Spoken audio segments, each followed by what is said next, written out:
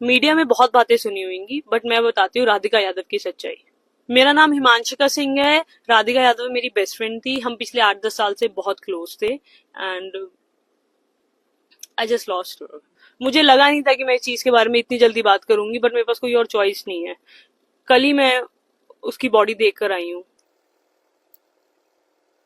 इस वीडियो का soul purpose यही है कि तुम सब जान पाओ कि राधिका कौन थी। राधिका यादव एक इंटरनेशनल लेवल टेनिस प्लेयर थी।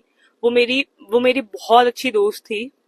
वो बहुत ज्यादा काइंड सोल थी। वो बहुत स्वीट थी, बहुत ज्यादा इनोसेंट थी एंड वो पिछले 18 साल से टेनिस परस्यू कर रही थी। उसको फोटोज क्लिक करवाना और वीडियोस वगैरह बनाना बहुत ज्यादा पसंद था। वो जो एक कमर्शियल वीडियो उसकी चल रही है वो एक बस नॉर्मल म्यूजिक वीडियो थी जो उसने आई गेस 1-1.5 साल पहले शूट करी थी एंड उसके खुद के फादर ने उसे ड्रॉप करा था। उसके अलावा भी उसके काफी ज्यादा शूट्स थे एंड पर धीरे धीरे करके वो सब चीजें बंद हो गई बिकॉज उसके पेरेंट्स बहुत ज्यादा वो बहुत ज्यादा ऐसे थे कि लोग क्या कहेंगे।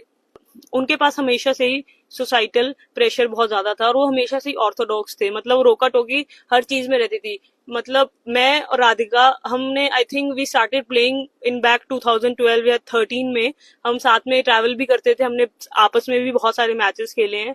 तो मतलब मैंने उसे देखा नहीं है कि किसी से ज्यादा बात करते हुए। हमेशा देखा है कि वो अपने पेरेंट्स के साथ ही रहती है एंड लव जिहाद के बारे में बात हो रही है। आपके पास कोई किसी के पास कुछ प्रूफ क्यों नहीं है? लव जिहाद वो किसी से बात भी नहीं करती थी। उसके घर पे इतनी ज्यादा रिस्ट्रिक्शंस थी बट वो बहुत टाइम से ना अपने घर पे सफर कर रही थी। बहुत ज्यादा उसको ना घर पे बहुत ज्यादा घुटन महसूस होती थी क्योंकि ऐसे कौन ही रहना चाहेगा यार, हर चीज का एक्सप्लेन करते रहना कि क्यों कर रहे हैं, क्या कर रहे हैं, किससे बात कर रहे हो। आई रिमेम्बर वीडियो कॉल्स पे भी उसको दिखाना पड़ता था कि अभी देखो हिमांशिका से मेरी बात हो रही है। मैं उसके घर पे भी विजिट करती थी तो उसकी एकेडमी उसके घर से हार्डली 50 मीटर्स दूर थी बट फिर भी उसको घर पे आने का एक टाइम था कि इससे लेट नहीं हो सकते हैं। 50 मीटर इतना है कि आप घर से उसकी एकेडमी देख सकते हो जहाँ पे उसने कोचिंग स्टार्ट करी थी। एज अ कोच वो बहुत अच्छी थी। उसके सारे स्टूडेंट्स को वो पसंद थी। मैं कल उसके घर गई हूँ तो मुझे पता चला है कि एक्चुअली उसका मर्डर पिछले 3 दिनों से प्लान हो रहा था।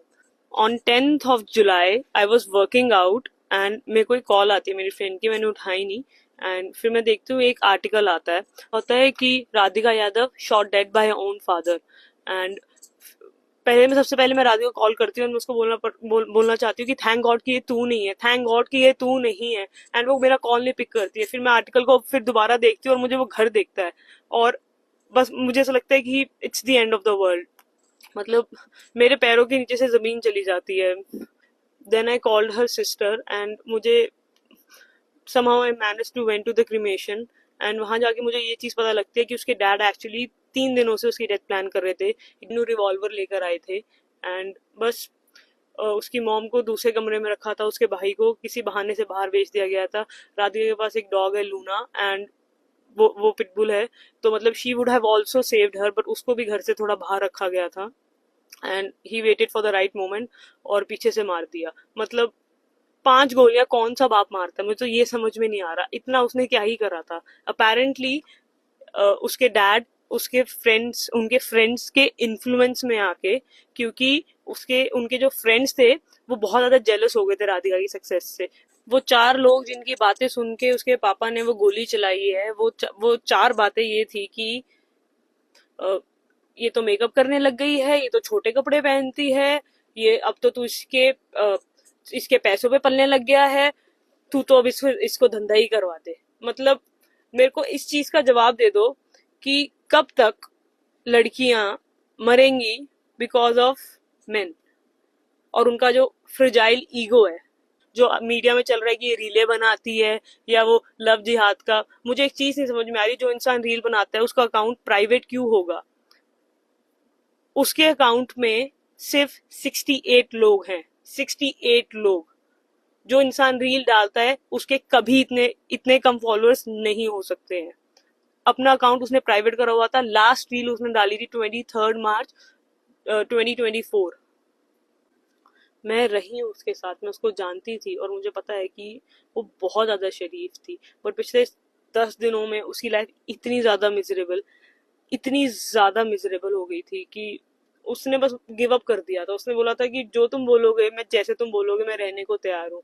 बट वही है, उसके पापा का इतना ज्यादा दिमाग खराब हो रहा था, हो रख, हो रखा था कि कोई फेस पे एक्सप्रेशन भी नहीं था। मतलब वो इंसान को दिख रहा था कि कोई साइकोलॉजिकल प्रॉब्लम है, बट वही है, बात किससे करें।